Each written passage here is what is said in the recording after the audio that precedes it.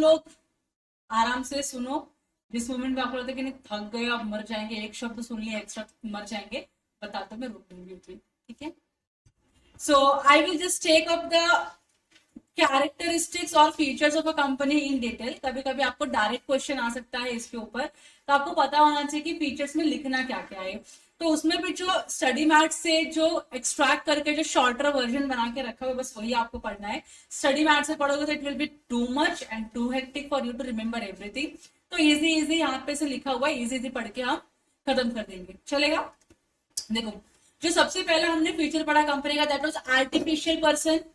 Company is not a natural person, company is an artificial person. किसने create किया है company को? Law ने क्रिएट किया है। So company is a artificial person and it is created by the law and it can B wind up by the operation of law. अगर आपको company को बंद भी करना है तो आप अपने हिसाब से बंद करोगे क्या? नहीं, आपको लॉ को यूज करके कंपनी को वाइंडिंग अप में डालना है, ठीक है। तो कंपनी का जो भी प्रोसेस है क्लोजर का, वो क्लोजर का प्रोसेस फॉलो करो, आपकी कंपनी का क्लोजर हो जाएगा, वहां पे कोई दिक्कत नहीं। ये छोटा सा एक पॉइंट था आर्टिफिशियल पर्सन का।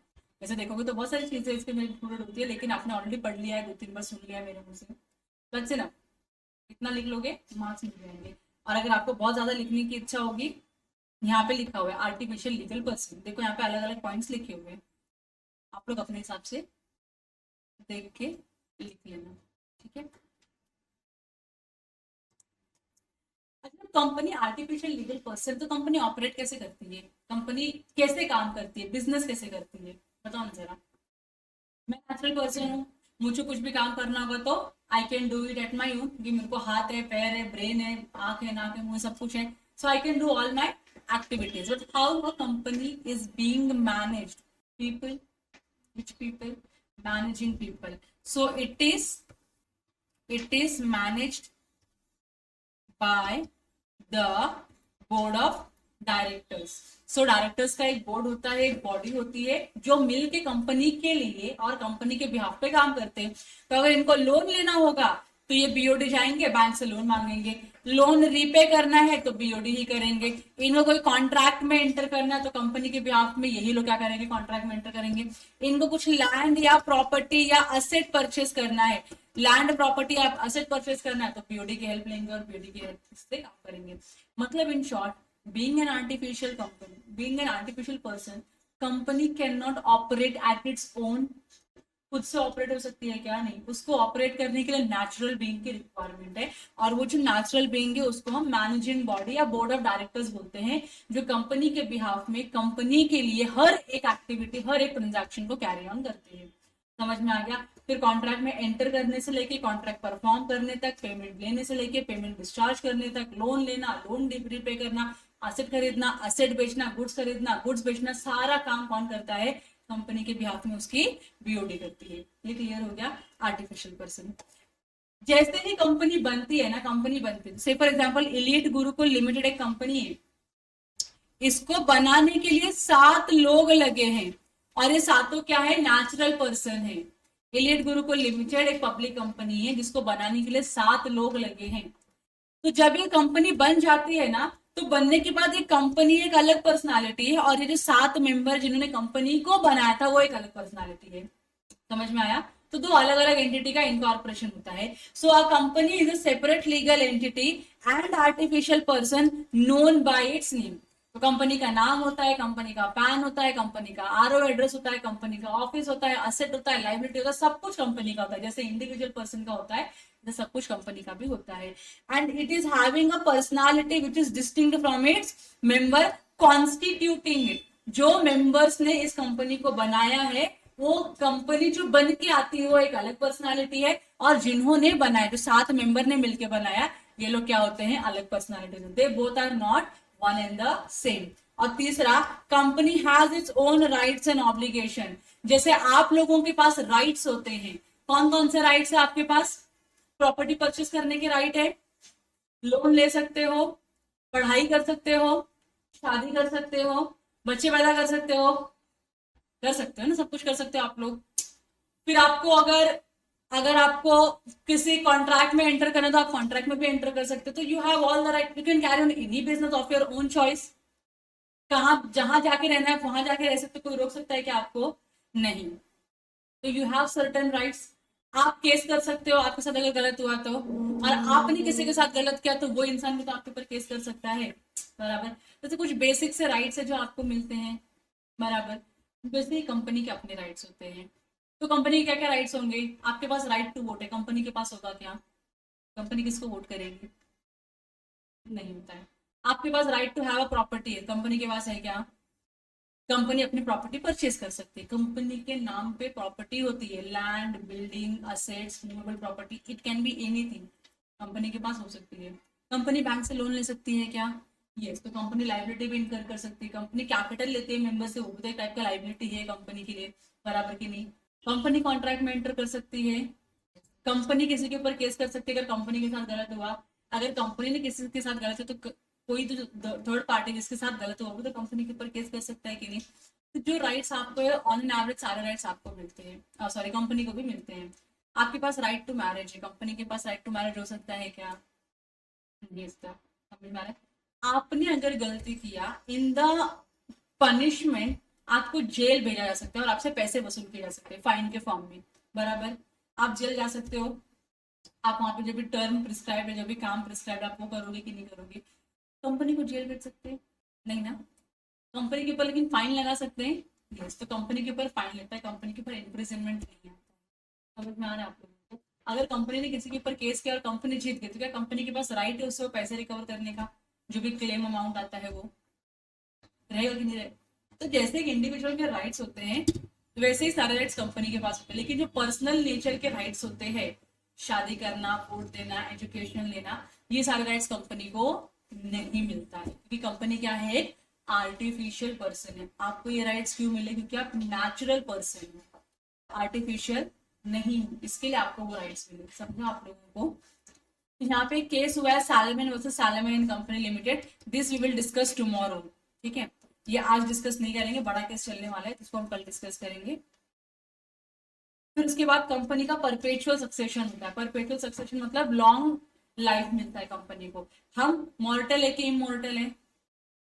मॉर्टल है, कभी भी मर सकते हैं। आज मैं पढ़ा रही हूँ, पढ़ाते पढ़ाते मुझको अटैक आने में मर सकती हूँ, तुमको पढ़ते पढ़ते अटैक आ गया तुम मर सकते हो, कोई भी मर सकता है कभी भी। कंपनी मर सकती है क्या हमारे हार्ट अटैक से? कंपनी नहीं मर सकती है। कंपनी के मेंबर मर सकते हैं क्या, लेकिन जिन्होंने कंपनी को बनाया था, यस, वो मर सकते हैं। तो क्या कंपनी के मेंबर मर गए इसका मतलब कंपनी बंद हो जाएगी? नहीं, कंपनी बंद नहीं होती है। अगर ऐसा होता तो आज टाटा एग्जिस्ट नहीं करते, आज रिलायंस एग्जिस्ट नहीं करता, बिरला, अडानी कुछ एग्जिस्ट नहीं करता अगर ऐसा होता तो। So the share of a company being transferable, जो कंपनी के शेयर है ना, कंपनी का शेयर होता है वो भी डिस्कस करेंगे आगे। तो कंपनी का जो शेयर है वो क्या होता है? ट्रांसफरेबल होता है। तो जैसे ही कोई कंपनी का शेयर मेंबर मर जाता है तो उसका शेयर किसी और के, उसके जो लीगल हेयर्स है उसके नाम पे चले जाते हैं। ठीक है। मेंबरशिप ऑफ अ कंपनी में कीप चेंजिंग, कंपनी के मेंबर चेंज होते रहेंगे। आज मैं बता रही हूँ एलिट गुरुकुल में हम 7 डायरेक्टर, हम 7 मेंबर है, कल को 10 लोग और आ सकते हैं, उसके अंदर 20 लोग और आ सकते हैं, और एक मूवमेंट आएगा साथ में के जो इनिशियल साथ थे उसमें के 6 लोग चले गए, खाली एक ही बचा है, और उसके अलावा बाकी के 25 लोग हैं। हो सकता है कि नहीं हो सकता? तो मेंबर्स चेंज होते रहेंगे, कोई फर्क नहीं पड़ता है, लेकिन कंपनी की वैसी ही रहेगी। It does not affect it's continuity, company की कंटिन्यूटी कंपनी के मेंबर के एग्जिस्टेंस पे डिपेंड नहीं होता है। एंड एज सेड मेंबर्स में come and may go but company goes on forever. तो जब आप आर्टिफिशियल, जब आप परपेचुअल सक्सेशन का पॉइंट लिखोगे तो आपको ये लाइन लिखना है कि मेंबर्स में come, members may go, but company will go on forever. Company कभी बंद नहीं हो सकती। ये कब बंद होगी? जब उसको लॉ के थ्रू बंद किया जाएगा तभी बंद हो सकती है, otherwise it can not be close down. Transferability of share, अब शेयर एक ऐसा पार्ट है कंपनी का जो ट्रांसफरेबल होता है, तो ये मूवेबल है, इसके लिए ट्रांसफरेबल। जब हमने सोगा पढ़ा तो सोगा, सोगा की गुड्स में आया था, गुड्स के डेफिनेशन में आया था ना, शेयर्स एंड स्टॉक्स, तो ये वो शेयर की बात कर रहे हैं। तो शेयर क्या है? मूवेबल प्रॉपर्टी है। मूवेबल प्रॉपर्टी इसके लिए क्या है? इजिली ट्रांसफरेबल है, and it can be transferred from one member to another person. Member किसी और को भी बेच सकता है, कोई और किसी और को बेच सकता है, कोई दिक्कत नहीं है। And public company shares are freely transferable. अगर हम पब्लिक कंपनी है तो हमारे शेयर्स इजीली ट्रांसफरेबल हो सकते हैं। लेकिन अगर हम प्राइवेट कंपनी है तो हम कुछ रेस्ट्रिक्शन से जो फॉलो करने होते हैं वो रेस्ट्रिक्शंस के बाद ही हम अपने शेयर्स को ट्रांसफर कर सकते हैं, क्योंकि प्राइवेट कंपनी भी क्या होती है, क्लोजली हेल्ड लोगों के द्वारा बनाई गई कंपनी होती है। तो इसमें खाली जान पहचान के लोग ही होते हैं, अनजाने या स्ट्रेंजर लोग इसके अंदर नहीं होते। पब्लिक कंपनी में कोई भी हो सकता है, कोई दिक्कत नहीं है। यहां तक क्लियर हो गया। कॉमन सेल, क्योंकि कंपनी साइन नहीं कर सकती है लेकिन कंपनी के बिहाफ में उसके डायरेक्टर काम कर रहे हैं, तो वो ऑथोराइज तो होना चाहिए ना कि हाँ भाई कंपनी के पास अथॉरिटी है। तो अथॉरिटी कैसे मिलती है, तो कंपनी के सिग्नेचर से। कंपनी का सिग्नेचर क्या होता है, कंपनी का जो ऑफिशियल सील होता है ना, वो कंपनी का सिग्नेचर होता है। तो जिस डॉक्यूमेंट में कंपनी का सील लगा है, समझ जाने का वो डॉक्यूमेंट को या उस काम को करने के लिए कंपनी ने ऑथोराइज किया हुआ है और कंपनी के बिहाफ में वो काम किया गया है by the directors. Common seal करके एक जो कॉन्सेप्ट था वो 2014 या 2016 तक वैलिड था। उसके बाद उन्होंने वो जो कंपल्शन था वो भी निकाल दिया। उन्होंने नॉर्मल राउंड स्टैम्प रहेगा तो भी चल जाएगा, कॉमन सील का होना जरूरी नहीं है। And it is an authentication that a contract has been entered on behalf of the company. तो जिस डॉक्यूमेंट पे कंपनी का सील या स्टैंप होता है तो समझ जाने का वो डॉक्यूमेंट ऑथेंटिकेटेड डॉक्यूमेंट है। यहां तक क्लियर हो गया। तो क्या था, कैपेसिटी टू स्यू बता दिया था मैंने आपको, कंपनी केस कर सकती, कंपनी के ऊपर केस हो सकता है। Despite the fact that company is an artificial person, matter नहीं करता है भले ही कंपनी क्या है, आर्टिफिशियल पर्सन है। The law empowers the company to file a suit against any third party and similarly they can file suit against the company. तो ये वाइस वर्सा चलता है, वन साइडेड नहीं है या अदर साइडेड नहीं है, इट इज वाइस वर्सा। अगर कंपनी कर सकती है केस फाइल तो कंपनी के ऊपर भी केस फाइल हो सकता है। क्लियर हो गया। Separation of ownership and management, अगर मैं कंपनी के ओनर्स को और कंपनी के मैनेजर्स को अलग नहीं करूंगी तो क्या डिस्प्यूट होने के चांसेस हैं। एक कंपनी में 10 मेंबर है, डिस्प्यूट हो सकता है कि नहीं हो सकता किसी एक मैटर को लेके। 8 लोग बोलेंगे काम करने का, 2 लोग बोलेंगे काम नहीं करने का, या फिर 5 लोग बोलेंगे करेंगे, 5 लोग बोलेंगे नहीं करेंगे। तो there is always a probability of dispute between the members. इसके लिए कंपनी क्या बोलती है, हमको वो डिस्प्यूट पालना ही नहीं है। हमारे सिचुएशन में ओनर कोई और होगा जो खाली पैसे लगाएगा कंपनी में, और जो मैनेजर है कि उस पैसे को यूज कैसे करना है, बिजनेस कैसे करना है, कैसे अच्छे से बिजनेस को ग्रो करना है, वो इनका दिमाग है। ये बीच में नहीं आएंगे। समझ में आ गया। तो ओनरशिप हमेशा अलग होती है, मैनेजमेंट हमेशा अलग होती है। जो ओनर होते हैं उनको मेंबर बोलते हैं, जो मैनेजर होते हैं उनको बोर्ड ऑफ डायरेक्टर्स बोलते हैं। क्लियर हो गया। The ownership of a company lies with the shareholder and the member, whereas the management is vested in the hands of the board of directors. Voluntary association है कि नहीं है, आप लोग सब लोग मिलके willingly आए हो क्या करने के लिए, एक कॉमन ऑब्जेक्टिव को अचीव करने के लिए। What is that common objective of earning profits, profit earn करना। कोई भी इंसान जब कंपनी बनाता है, which is not a section 8 company, जो नॉर्मल कंपनी होती है, उसका एक ही ऑब्जेक्ट होता है, पैसे कमाएंगे। तो जब धीरू भाई अंबानी ने कंपनी चालू की थी रिलायंस इंडस्ट्रीज लिमिटेड, तो उनका एक ही इंटेंशन था कि मुझे प्रॉफिट कमाना है। It was not only profit but yes one of the intention was to earn a profit. Social service भी करते हैं और प्रॉफिट भी कमाते हैं। समझ में आ गया आप लोगों को, चैरिटेबल कंपनीज नहीं है वो। फिर आता है separation of property. Separation of property का मतलब क्या है, कंपनी की प्रॉपर्टी जो है वो कंपनी की ही रहेगी, मेंबर की प्रॉपर्टी नहीं बनेगी। तो कंपनी का इसके लिए अपना बैलेंस शीट बनता है और इसमें एसेट और इसमें लायबिलिटी होती है।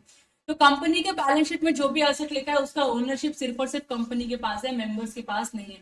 मेंबर आके अपना हक नहीं जता सकता कि ये एसेट पे मेरा अधिकार है, नहीं हो सकता, क्योंकि कंपनी अलग है, तुम अलग हो। कंपनी के एसेट होंगे, कंपनी की लायबिलिटी और मेंबर उसके लिए रिस्पॉन्सिबल नहीं है। So members are the owners of the company and not of its property. आप प्रॉपर्टी के ओनर नहीं हो, आप कंपनी के ओनर हो। और लाइबिलिटी की बात करते हैं तो मेंबर की जो लाइबिलिटी होती है वो लिमिटेड होती है। मतलब अगर कंपनी के बैलेंस शीट में 5 करोड़ का लोन दिख रहा है तो मेंबर को अपना दिमाग लगाने का जरूरत नहीं कि मेरे को 5 करोड़ रुपए देने पड़ेंगे। No, you are free from this liability. आपने बोला था कि आप 1 लाख रुपए का कैपिटल लेकर आओगे कंपनी में, आप कंपनी को 1 लाख रुपए का कैपिटल दोगे, आपने खाली 80,000 दिया तो कंपनी आपसे वसूल कर सकती है क्या 20,000 रुपए? यस। आपकी लायबिलिटी आपने कितने की ली है, 1 लाख रुपए की, आपने दिया कितना है 80,000, तो कंपनी आपसे 20,000 एक्स्ट्रा मांग सकती है जब उसको जरूरत पड़ेगी तब। आपने 1 लाख बोला था और आपने पूरे 1 लाख रुपए दे दिए, अब कंपनी आपसे 1 रुपए भी ले सकती है क्या एक्स्ट्रा? नहीं ले सकती है। तो जितना अनपेड अमाउंट है खाली उतना ही कंपनी आपसे मांग सकती है। अनपेड वो भी किसका, कैपिटल का पैसा। उसके अलावा कंपनी आपसे 1 रुपए भी नहीं ले सकती है in the form of capital. समझ में आ गया? तो यहाँ पे क्या है, the liability of the company is its own and not of its members, and the company liability में भी, अब जो कंपनी की लाइबिलिटी, मेंबर्स की लाइबिलिटी लिमिटेड होती है to the amount of their unpaid share capital, लेकिन जो कंपनी की लाइबिलिटी होती है अलग अलग हो सकती है, limited by shares, limited by guarantee and unlimited company. अगर मैं बोलती हूँ कंपनी लिमिटेड बाय शेयर्स है, तो मेंबर ने जितने का शेयर खरीदा है उतने के ही लाइबल है मेंबर पे करने के लिए। मैंने अगर 1 लाख का शेयर खरीदा तो मेरी लाइबिलिटी है 1 लाख रुपया पे करने का। गारंटी का मतलब क्या होता है, मैंने कंपनी को बोला कि जब तुम बंद होने लगोगे, तो जब बंद होने लगोगे तब मैं आपको 1 लाख रुपया पे करूंगी। तो मेरी गारंटी कितने की है, 1 लाख रुपए तक की है। अब कंपनी को 10 लाख रुपए की जरूरत है, लेकिन मैं कितना पे करूंगी, सिर्फ और सिर्फ 1 लाख रुपए पे करूंगी। मैंने गारंटी ही उतने अमाउंट के लिए। और जब हम अनलिमिटेड कंपनी की बात करते हैं, तो it is as good as you are giving all your money to the company until the liabilities are paid off. तो जो मेंबर है उसकी लाइबिलिटी क्या हो जाती है, अनलिमिटेड हो जाती है। और इस सिनेरियो में कंपनी की लाइबिलिटी जब तक पे ऑफ नहीं हो जाती तब तक सारे मेंबर्स को मिल क्या करना पड़ेगा, पैसे इंट्रोड्यूस करते रहने पड़ेंगे। So these were the features of the company. अब इसका ही जो एक्सपैंडेड वर्जन है, मतलब डिटेल्ड वर्जन है, वो स्टडी मैट में लिखा हुआ है। तो आप लोगों की जिम्मेदारी है, ये जो स्टडी मैट में लिखा हुआ है फीचर्स ऑफ अ कंपनी, इसको रीड करके आना है। इसको रीड करके आना है। इसमें आपको एक केस मिलेगा सैलमन का। ये सैलमन वाला केस आप मत पढ़ना। अच्छा, इसमें आगे दिया रहेगा, इसमें नहीं दिया है। तो कोई भी केस आता है, आप किसी भी केस को हाथ नहीं लगाओगे। केस मेरी जिम्मेदारी है, मैं आपको समझाऊंगी। जितना मैंने आपको पॉइंट एक्सप्लेन किया है इस नोट्स से, उतना आपको घर पे जाके पढ़ के आना है। कोई डाउट है अभी यहाँ तक? नहीं। तो आज का लेक्चर मैं यही वाइंड अप करती हूँ। 10 मिनट पहले आप लोग छुट्टी ले लो, जरा सा रिलैक्स हो जाओ, फ्रेश हो जाओ और अगले लेक्चर के लिए प्रिपेयर हो जाओ। ठीक है, चलो बाय बाय।